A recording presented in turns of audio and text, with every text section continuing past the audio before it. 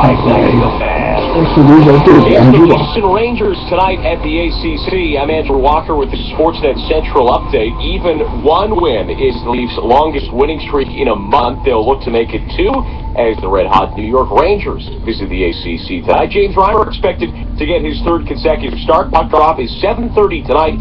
You can catch your Leafs Nation postgame show with Stella and Osborne right here following on Sportsnet 590 The Fan. Last night, the Calgary Flames, they're back into second in the Pacific. They leapfrogged San Jose after a 4-1 win on the road. The Edmonton Oilers get by New Jersey 2-1. Couple of points for Jordan Eberle. Minnesota 5, Vancouver 3. Arizona in a shootout gets by Chicago 3-2. Antoine Burnett trade bait with the game winner. And the LA Kings get by Columbus 4-3. A busy night on the ice tonight. There's 9 games, including the Stars and the Bruins. That game you can catch on Sportsnet Ontario. 4 Canadian teams get added. Habs and Flyers, the Sens and Sabres, Oilers and Islanders, and the Winnipeg Jets home to Minnesota. The San Diego Padres making it official with free agent pitcher James Shields, 4 years, $75 million. The latest addition by the Padres, who brought in Matt Kemp, Justin Upton, Will Myers, and Derek Norris this offseason. The Toronto Raptors, another off day. They'll host the Washington Wizards coming up tomorrow. Last night, Spurs head coach Greg Popovich does get win number 1,000. San Antonio 95-93 over Indiana, and Atlanta extend their lead atop the Eastern Conference 117-105 over Mini, just 15 points on night for Andrew Wiggins in the loss. You're listening to the home of Leafs Nation, Sportsnet 590 The Fan. Today's one, the Harbor of Clean Water on Sportsnet 590 The Fan.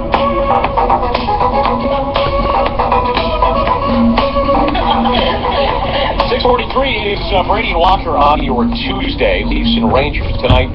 Your post-game show with Stella and Osborne is coming up on Sportsnet 590 The Fan. Also, don't forget, Toronto Raptor James Johnson will join Tim and Sid after 1:30 this afternoon. He's a big man in town. Yeah, the last couple games. Wednesday, so tomorrow, it's the Raptors, the Wizards, the ACC. There's a few games that every year that I think you really, really, like, you sit there on your couch and say, God, even if you have a press pass like we do, to say, I wish I had tickets for this one. And I'm feeling like tomorrow's going to be that night. You don't know how many more they're going to be, because they're going to play the string out, and the games will mean something, but you're going to get a steady diet of another Sixers game or two. Boston will come in again, the Knicks will come in again, and eventually you'll be done with visits from the other big 4 teams, Atlanta, Chicago. I think Cleveland's already been here. Cleveland's been here once, and I think there's one more. Twice. Yeah, I do think there's one more between the two teams. The Bulls they played only the Bulls twice, so there's one more game against the Bulls. And yeah, Washington's that team like Atlanta. We were talking about this yesterday, how the fan bases probably are like the really in-depth people going, we're good and we believe, and you don't watch the Wizards enough to know how good they really are, and the rest of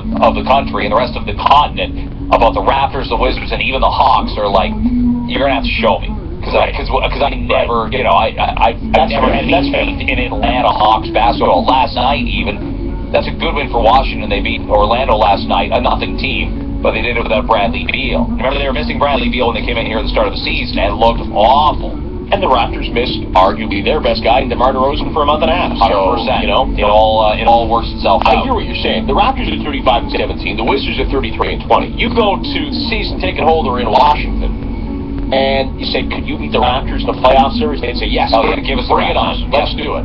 Yeah. And John Wall's better than Kyle Lowry, and we believe. And over here, people just say the same thing, right? It's belief in your team. And Atlanta. Hey, if Atlanta's 43-10, if this Toronto team was 43-10, and even that was high expectations, because again, Toronto didn't show any signs of whatever it was, a 19-game, 20-game winning streak or whatever Atlanta pulled off, or being 26-1 in 27 games is what it was. So I don't. Again, the two teams I sweat are Chicago and Cleveland, but it's got me thinking. The best policy for a Raptors fan to hope for, to me, would be for Cleveland to shoot up and win the conference, and for Atlanta to fall to it. If Atlanta's a 2 and Toronto's a 3, that's okay too. But I'd want Cleveland, if I'm a Raptors fan, to win every game the rest of the way. So I'll tell you what I want. I want the 6th seed, and then I want Atlanta in the second round. I want the Hawks. I want the Hawks badly in the second round. That's all that stands in the way. Even playing Game 7 potentially in Atlanta. That's all that stands in the way of you in the conference finals. Where on earth do I sign up for that right now? I'll take it right. I don't care what Atlanta does the rest of the season. But